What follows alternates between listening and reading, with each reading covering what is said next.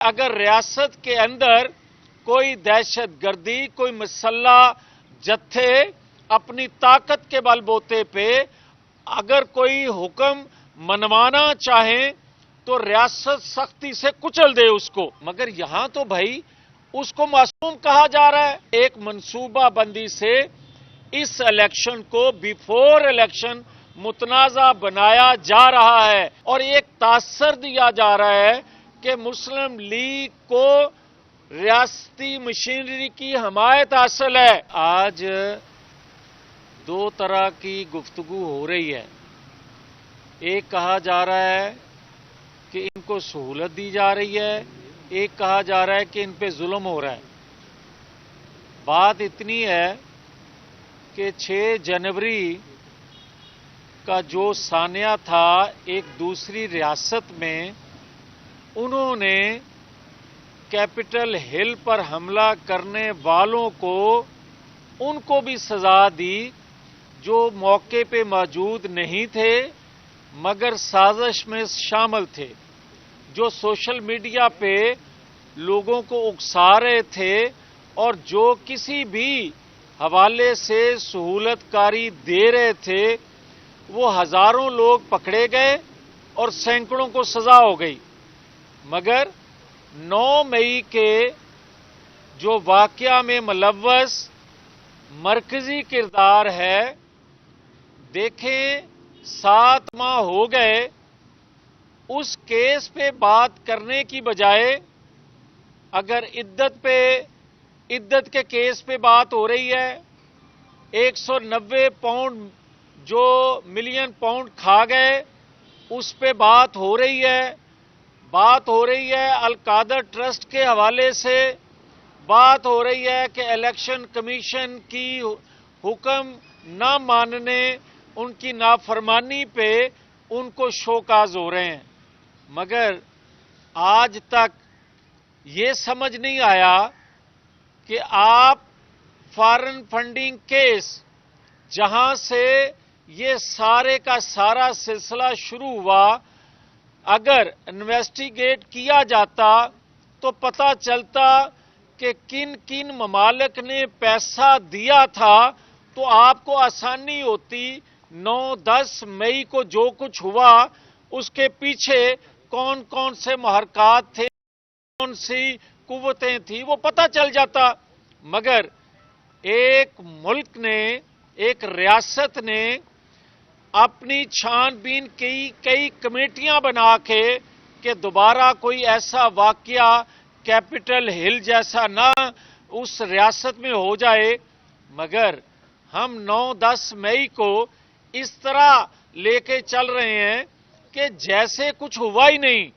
اور اگر بھائی آپ سمجھتے ہیں کہ کچھ ہوا ہی نہیں تو پھر پاکستان کے آئین قانون کو ختم کریں، پھر جو تکڑا ہوگا وہ جتھے لے کر آیا کرے گا اور اپنے فیصلے آپ پہ مسلط کر دیا کرے گا۔ اور جس قائد اعظم کو بانی قائد اعظم آپ کہتے ہیں اور مانتے ہیں، اور اللہ کا شکر ہے ابھی تک مانتے ہیں، یہ بھی ہو سکتا ہے کہ بہت سے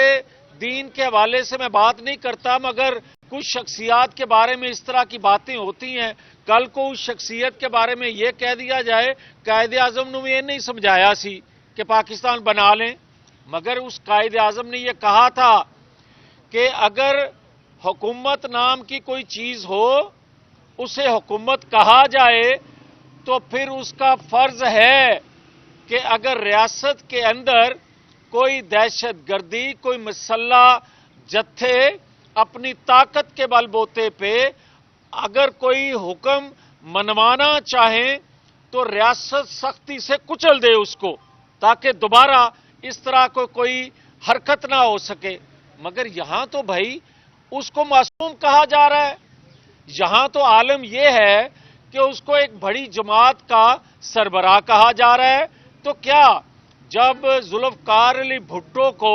پھانسی دی گئی تھی تو اس کی جماعت اس وقت کی بڑی جماعت نہیں تھی؟ اور کیا 2017 میں جب نواز شریف کو ہٹایا جا رہا تھا، کیا وہ 2/3 اکثریت رکھنے والی جماعت پارلیمان میں نہیں تھی؟ کیا وہ بڑی جماعت نہیں تھی؟ کیا اس وقت اس کے لیے یا آج تک اس کے لیے کسی نے کہا کہ یہ بے گناہ تھا؟ بری ہوئے، مگر کیا یہ مناسب نہیں تھا؟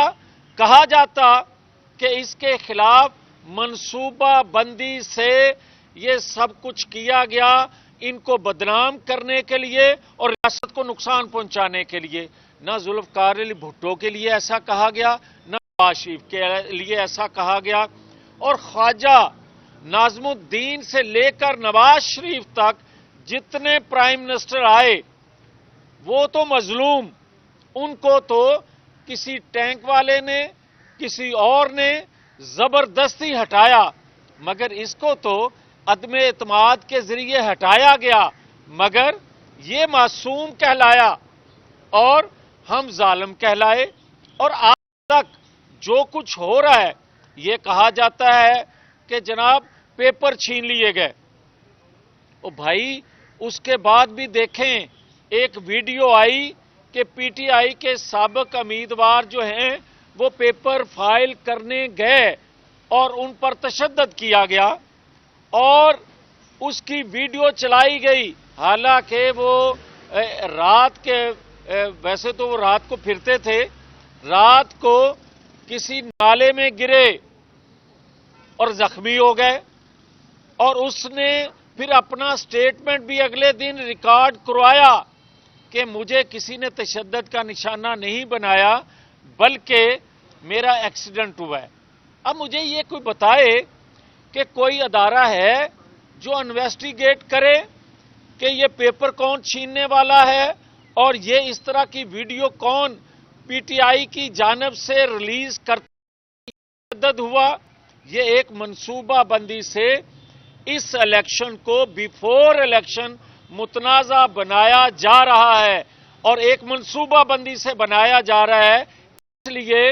کہ مسلم لیگ کی مقبولیت، نواز شریف کی مقبولیت کو دیکھتے ہوئے اس کے نتائج کو متنازع بنانے کے لیے، اور ایک تاثر دیا جا رہا ہے کہ مسلم لیگ کو ریاستی مشینری کی حمایت حاصل ہے، جب حقائق کچھ اور بتا رہے ہیں کہ وہ ظالم کو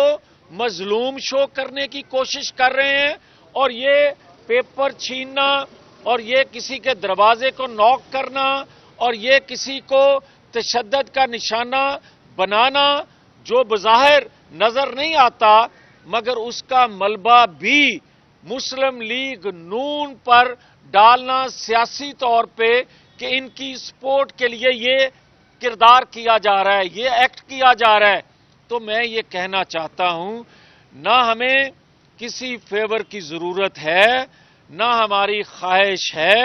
کہ کسی بے گناہ پر کوئی تشدد کرے، کسی کے کوئی پیپر چھینے، اور اگر چھینے گئے ہیں تو اداروں کو انویسٹیگیٹ کر کے ان لوگوں کو سامنے لانا چاہیے، اور اگر نہیں چھینے گئے تو پھر وہ پراپیگنڈا بھی جو ہے وہ کیا جانے والا وہ بھی لوگوں کے قوم کے سامنے لایا جائے تاکہ لوگوں کو پتہ چل سکے کہ ظالم کو معصوم نہیں کہا جاتا۔